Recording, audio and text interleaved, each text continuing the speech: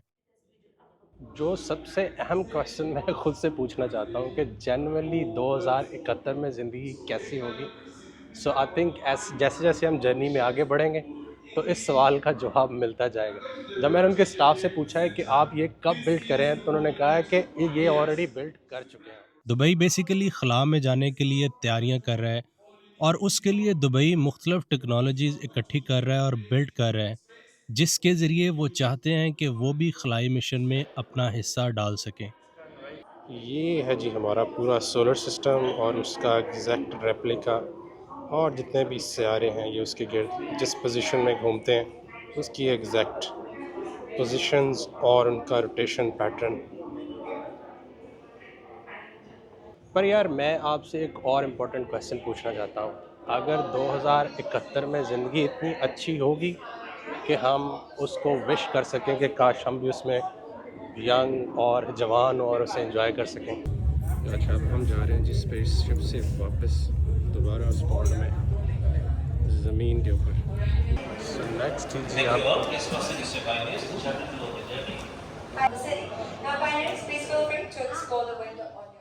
Museum के इस हिस्से में दाखिल होते ही आपको दुबई का 2071 का विज़न दिखाया गया है कि 2071 में फ़िज़ा में उड़ती हुई टैक्सियाँ और ड्रोन्स कैसे दुबई का नक्शा बदल कर रख देंगे, और इंसान कैसे एक जगह से दूसरी जगह ट्रैवल करेगा।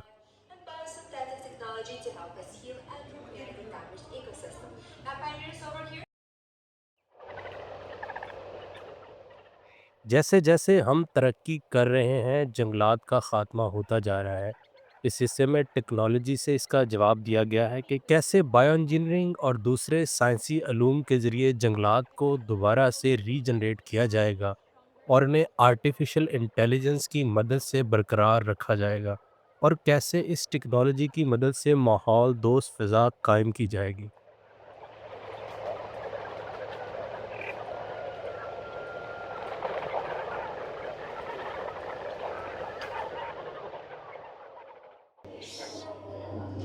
सो ये है जी आपकी डीएनए लाइब्रेरी, जिसके अंदर सब, क्योंकि उस टाइम पे कुछ भी नहीं होगा 2071 में, तो उनके डीएनए वगैरह प्रिजर्व किए गए हैं। ये देखें, इससे सारी imagination library of species around the world, उनके डीएनए वगैरह सारा इज माइंड ब्लोइंग। वाह।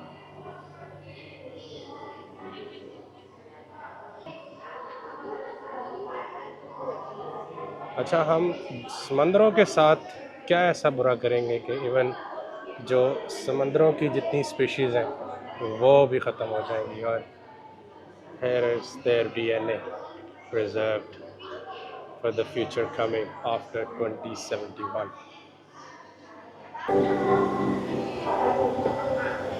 So ये बेसिकली वो स्पीशीज़ हैं जो साइंटिस्ट अब ग्रो कर रहे हैं, और उन्होंने कुछ तो इकोसिस्टम में वापस छोड़ दी हैं और कुछ पे एक्सपेरिमेंट जारी हैं।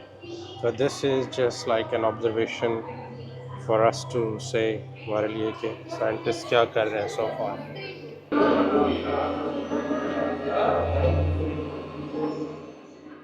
जैसे जैसे साइंस तरक्की करती जाएगी, उस तरह उसके सेहत के मसाइल भी और तरह के होते जाएंगे, और उसका जवाब भी साइंसी इजादात ही देंगी।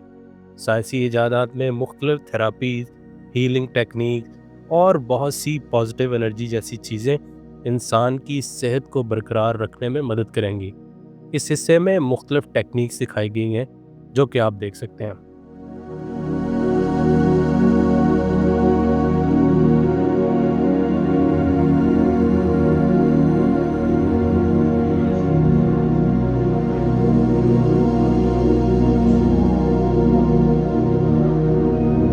यार इधर लिखा हुआ है कि प्लीज़ मेक अ विश। मैं तो फ़िलहाल ये विश कर रहा हूँ, या अल्लाह मेरा चैनल चल जाए यार।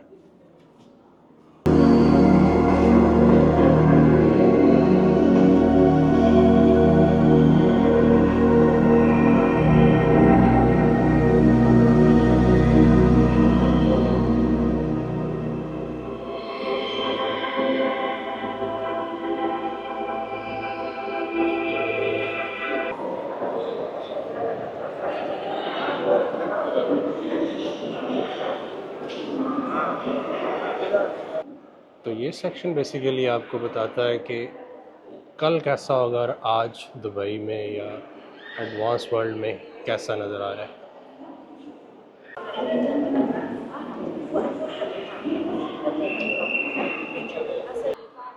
Do you take any help from AI? Unfortunately not, but I hope I will have artificial intelligence soon. AI will make robots and machines smarter and more efficient, always learning and improving how they operate and respond to the world around them. However, it is still science fiction and far from being used on robots like me. Are you able to perform any tasks? AI and robots are likely to radically transform jobs in the next decades. Instead of eliminating jobs, humans will collaborate with robots and they will learn new skills like coding and cloud computing. Do you think in the future you will take my job? AI and robots are likely to radically transform jobs in the next decades. Instead of eliminating jobs, humans will collaborate with robots and they will learn new skills like coding and cloud computing.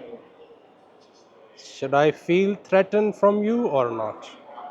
I'm a friendly robot, but just in case, I have been bolted to the floor so I don't run away when the museum closes. ये है जी flying Volkswagen का flying model. यार इनकी गाड़ियाँ ऐसी दिखेंगी, I am not sure. Volkswagens, let's see what happen.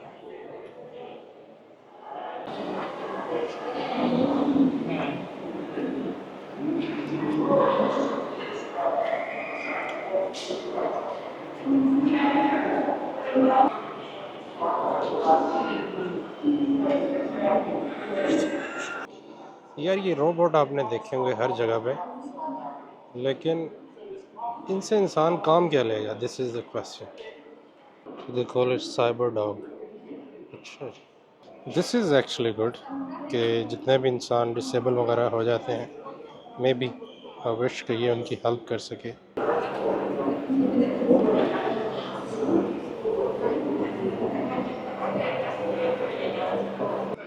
अच्छा यार, फ्यूचर में आपके जो जूते होंगे ना वैसे होंगे। देखें उनके आई थिंक चिप्स वगैरह लगी हुई हैं जो बता सकेंगी कि हाउ हेल्दी वी आर।